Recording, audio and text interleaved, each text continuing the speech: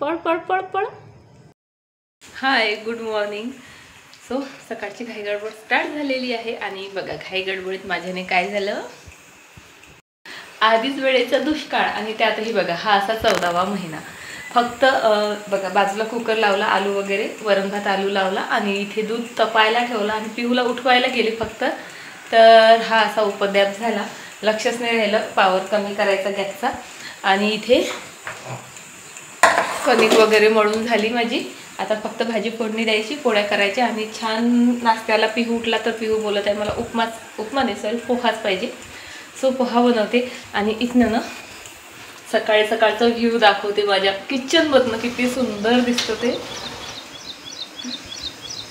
इतका सुंदर व्ह्यू दिसतो की अशी मी तासन तास जरी उभं राहून इथे कामं केले ना तरी मला कंटाळा येत नाही. इतकं छान वाटतं नाही ते सकाळी सकाळी की खरं सांगते. हिरवळ तर हिरवळ आहेच, पण वेगवेगळ्या पक्षी दिसतात आणि मोरांचा आवाज तर कंटिन्युअसली म्हणजे येत राहतो आणि मी सतत मोराला शोधत राहते. कधी दिसतात कधी नाही दिसत, पण खरंच खूप सुंदर. अगदी दूरवर जरी बघितलं ना तर मस्त हिरवं कच्च दिसतं. अशी हिरवळ ना आपलं मन तर प्रसन्न करतंच, पण आपल्या डोळ्याच्या आरोग्यासाठीही ते खूप चांगलं असतं बरं का. आता पटपटपट कामं करते, नाही तर पुन्हा जे आहे कालसारखी घाई गडबड व्हायची. आणि चला ही आहे माझी आलू सोलायची निंजा टेक्निक. कारण सकाळी सकाळी ना एकतर वेळेचा अभाव असतो, त्यात आलू गरम गरम म्हटले की ते थंड करायलाही वेळ लागतो. सो मी ना असे काट्यामध्ये घेत असते आणि लगेच निघून जातात, हातही भाजत नाहीत. चला आता आज ना आलूची भाजी बनवायची आहे. म्हणजे पिहूची खास फरमाईश. आधी फक्त आरूच्या फरमाईश असायच्या बरं का भाजीसाठी, पण आत्ता पिहूचं दररोज चालू आहे मम्मा हे खायचं ते खायचं. आणि खरंच ही शाळा ना म्हणजे माझ्यासाठी तरी खूप लक्की आहे असं म्हटलं तरी चालेल. आधी माझा पिहू भाज्या नावालाच खायचा किंवा खायचाच नाही, पण या शाळेत जायला लागला पहिल्या दिवसापासून तुम्हाला सांगतोय की आज पनीर कर, आज आलू कर, आज हे कर. आणि खरं सांगते म्हणजे आरू असे ऑर्डर्स देत असते ना सतत तिच्या फरमाईश, तर कंटाळते मी. पण पिहू देतोय ना मी भयंकर भयंकर आनंदी आहे. कारण माझा पिहू भाज्या खात नव्हता आणि इतकं टेन्शन असायचं ना मला की तो भाज्या खात नाही व्यवस्थित. म्हणजे त्याच्या अभ्यासापेक्षा जास्त टेन्शन तर मला त्याच्या खाण्याचंच होतं. पण आता तो भाज्या खायला लागला आहे, त्यामुळे ना सध्या तरी तो जे बोलतोय ना मी त्याच भाज्या बनवायचा प्रयत्न करते आहे. आणि लकीली आरोहीलाही त्या भाज्या आवडतात, त्यामुळे म्हणजे तसा काही प्रॉब्लेमही नाही येत आहे. आणि चला पिहूची भाजी म्हणजे सर्वांचीच भाजी एकत्रच बनवून घेतली मी. त्यानंतर आता पिहूसाठी पोहे बनवले आणि पोहे बनवताच बघा माझा इथे काय संघर्ष चालू आहे तो. म्हणजे त्याच्या पोह्यांमध्ये एकही टोमॅटोचा तुकडा किंवा कांदा किंवा मिरची आणि काय कढीपत्ताही जायला नको त्याच्या तोंडात असं त्याचं असतं. त्यामुळे मी टाकते सर्वच, कारण फ्लेवर छान येतो कढीपत्त्याने म्हणा, कांद्याने म्हणा, टोमॅटोने आंबटपणा येतो.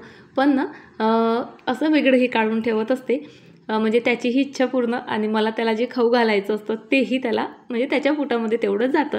चला आता इथे पटपट पिहूचं सर्व आटोपलेलं आहे. आता आरोहीसाठी ब्रेकफास्ट बनवायचा आहे. म्हणजे अशी म्हणजे तारेवरची कसरत चालू आहे माझी अशी म्हटलं तरी चालेल.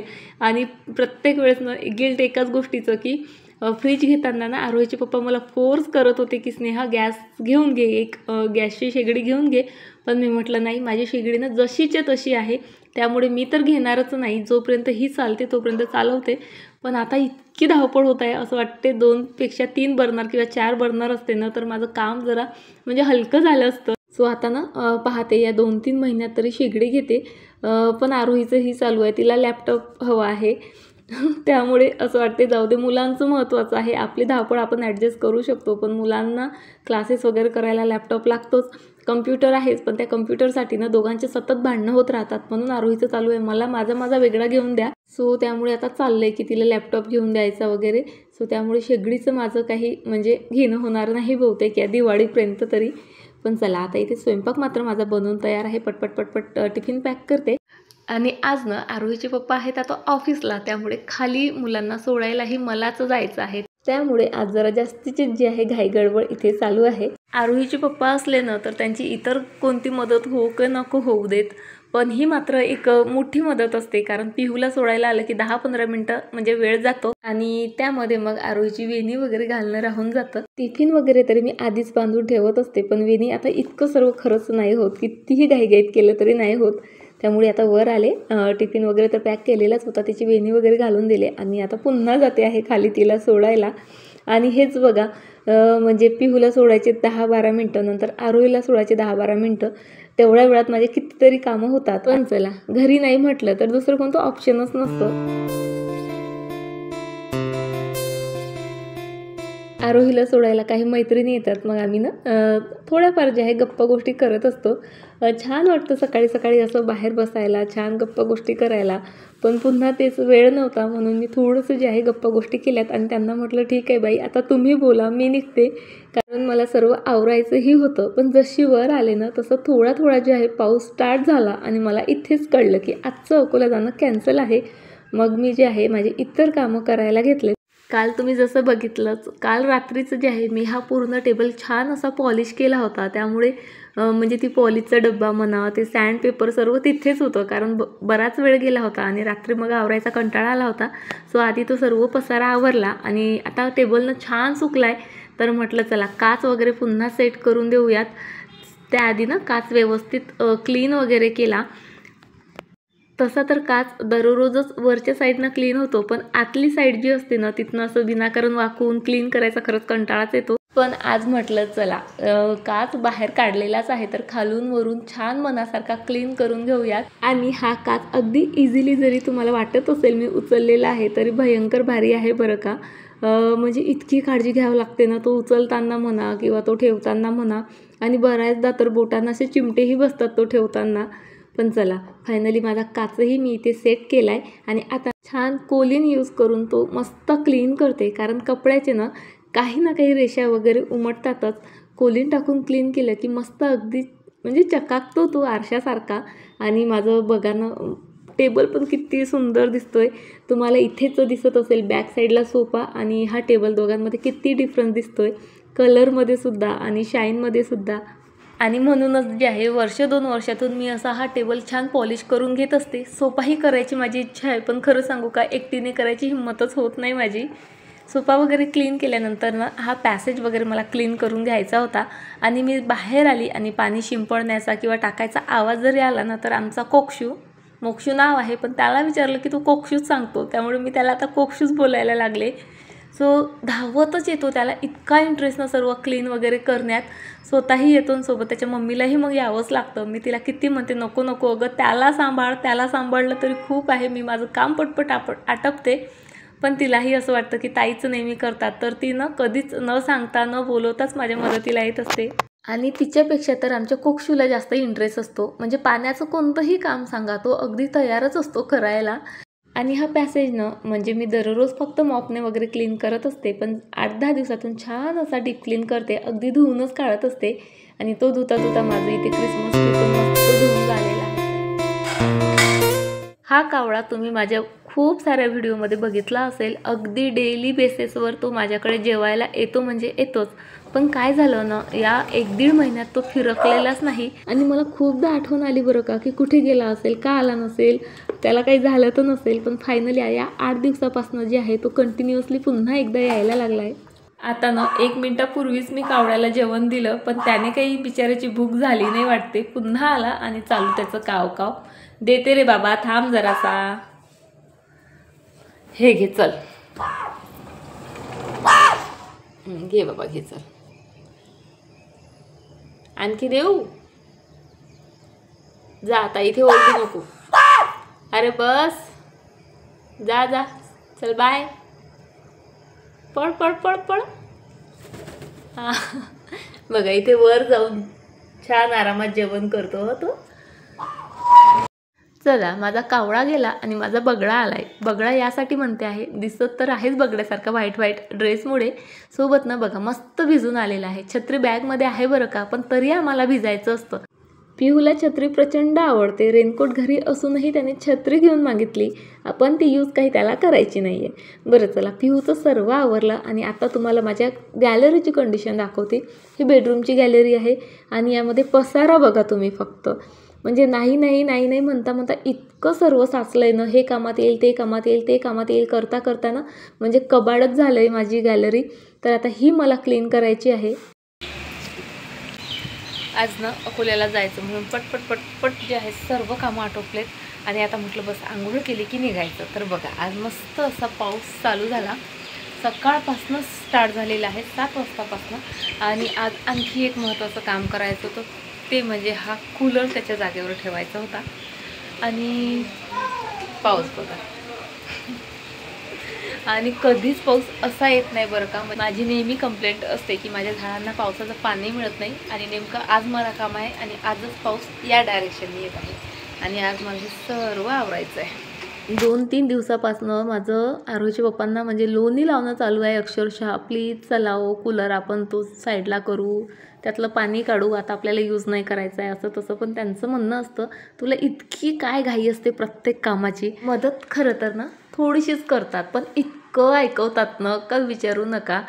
पण एकदा का मदत करायला लागलेत ना की मग ते काम पूर्ण होईस्तोवर जे आहे म्हणजे ते रिकामे बसत नाही, काही ना काही त्यांचं चालू असतं.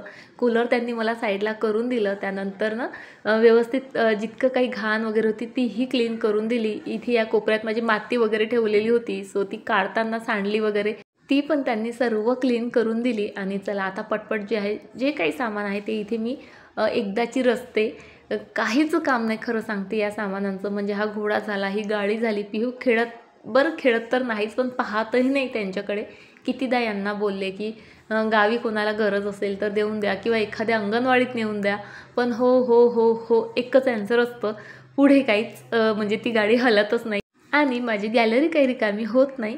पण चला, आता जागा कमी असेल तर थोडीफार ॲडजस्टमेंट जी आहे ती आपल्याला करावीच लागते. म्हणून जास्तीत जास्त एकावर एक ठेवत जे आहे मी हे सामान ॲडजस्ट करायचा प्रयत्न करते, म्हणजे बाकीची बॅल्कनी तरी मला व्यवस्थित जे आहे यूज करता येईल, जागा मोकळी राहील.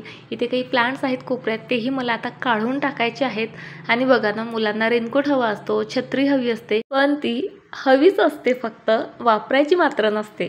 बघा आता इतका पाऊस झालेला आहे, खाली पण किती पाणी साचलंय, वरनंही पाऊस चालू आहे. पण आता इथे मुलं बघा, एकानेही छत्री ओपन केलेली नाही. फक्त एक आजीबाई गेल्या तिच्या नातीला घ्यायला, सो आजीबाई फक्त बॅग घेऊन आल्यात आणि ती नात मात्र भिजतच आली. का ग, छत्री कशासाठी आहे? हातात घेऊन यायसाठी? फोन लावते ग, पुढे थांबली बिल्डिंगच्या आपल्या. मी ना हॉलमध्ये सोफ्याच्या साईडला हे 3 प्लांटर्स ठेवलेले आहेत. एका प्लांटर्समध्ये सिंगोनियम आहे, एका प्लांटर्समध्ये ना मनी प्लांट आहे, आणि एकामध्ये सक्युलंट स्नेक प्लांट आहे. मनी प्लांट खूप छान मस्त बुशी दिसतो, शिवाय खाली लटकलेला असतो, त्यामुळे ना खूप छान लुक देतो तो. शिवाय जे स्नेक प्लांट आहे तेही छानच दिसतं. पण हे सिंगोनियम बघा, त्याची छान आहे, पण वरच्या साईडला वाळत जातं आणि खालीनं फक्त काळ्याचं दिसतात, आणि त्या मग नुसत्या लोंबकळत राहतात, म्हणजे बिलकुलच छान दिसत नाहीत. सो आय थिंक की त्या प्लांटरमध्ये आता मी म्हणजे मनी प्लांट वगैरे ग्रो करावं म्हणून.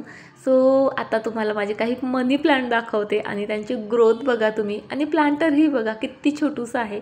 आपली 5 लिटरची जी खायच्या तेलाची कॅन असते ना, त्यापासून मी हे बनवलेलं आहे. दिसायला खूप सुंदर आहे. आणि यामध्ये मनी प्लांटची ग्रोथ तर बघा तुम्ही, म्हणजे इतका कडक उन्हाळा गेला आमच्या विदर्भातलं ऊन, तुम्हाला माहीत आहे अकोल्याचं ऊन, तरीसुद्धा त्याची ग्रीनरी बघा किंवा त्याची ग्रोथ बघा, इतकं सुंदर वाढलं आहे ना. फक्त हेच नाही बरं का, म्हणजे असे 2 प्लांटर्स मी तयार केलेले होते. सो दुसऱ्या प्लांटरमधल्या मनी प्लांटची ही ग्रोथ तशीच आहे.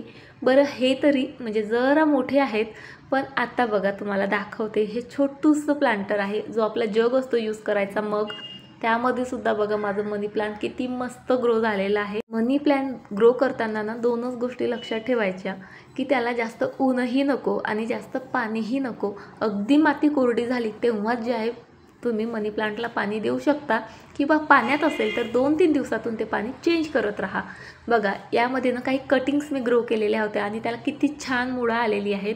आता सिंगोनियम मी या प्लांटरमधनं काढलं, आणि इथे जे आहेत मला लावायच्या होत्या मनी प्लांटच्या कटिंग. आणि मनी प्लांटच्या कटिंग तुम्हाला ग्रो करायच्या असतील ना, तर डायरेक्ट मातीमध्ये न लावता आधी त्यानं म्हणजे पाण्यामध्ये लावत चला. एकदा का रूटिंग झालं की मग आपण ते मातीमध्ये त्याला लावू शकतो.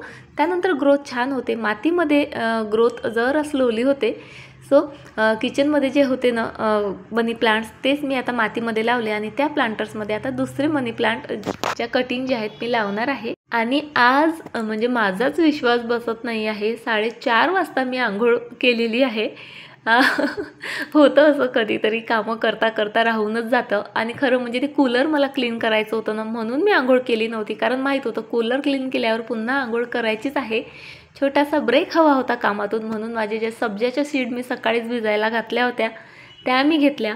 सब्जा आपल्या केसांसाठी आणि स्किनसाठी खूप जास्त बेनिफिशियल आहे. त्यामध्ये ओमेगा 3 असतं, त्यामुळे आपले केसनं गळणं थांबतं आणि वाढीलाही लागतात. शिवाय पिंपलचे दाग धब्बेही जातात. त्यामुळे मी डेली बेसिसवर ते कन्झ्युम करणं स्टार्ट केलेलं आहे. खूप स्वस्त आहे, त्यामुळे शक्य असेल तर तुम्हीही ट्राय करा, तुमच्या आजूबाजूला मिळत असेल तर. आणि त्यानंतर मी दळण केलं आणि आत्ता मुलांचा अभ्यास घेऊन स्वयंपाकाला लागलेली आहे. भेंडीची भाजी बनवली, सोबत मला पोळ्या करायच्या आहेत, सो कणिक मळून ठेवली. काल इडली केली होती, सो काही बॅटर उरलेलं होतं म्हटल्यापेक्षा ना मी जास्तीचंच बनवत असते, म्हणजे मला 1-2 दिवस मस्त असे डोसे करून खाता येईल. काल सायंकाळीही डोसे केले होते, पण तुमच्यासोबत काही शेअर केलंच नाही. पण आज पुन्हा बनवते आहे. पिऊची खास फरमाईश होती की मला आज डोसेच हवेत, त्याच्यासाठी इथे डोसे बनवत आहे. सोबत बाजूलाच भेंडीची भाजी आणि पोळ्याही करायच्या आहेत मला. आणि आरूला हवे आहेत उत्तप्पा करून. आरोहीच्या पप्पांनाही उत्तप्पा फार आवडतात. आणि हे मला माहीत आहे का, आम्ही जेव्हा पुण्याला फिरायला गेलो ना तेव्हा कळलं. कारण इडली डोसा हे डेली बेसिसवर आमच्याकडे बनत असतं, पण उत्तप्पा ना म्हणजे मी कधीच बनवला नाही आणि आज पहिल्यांदा ट्राय करते आहे.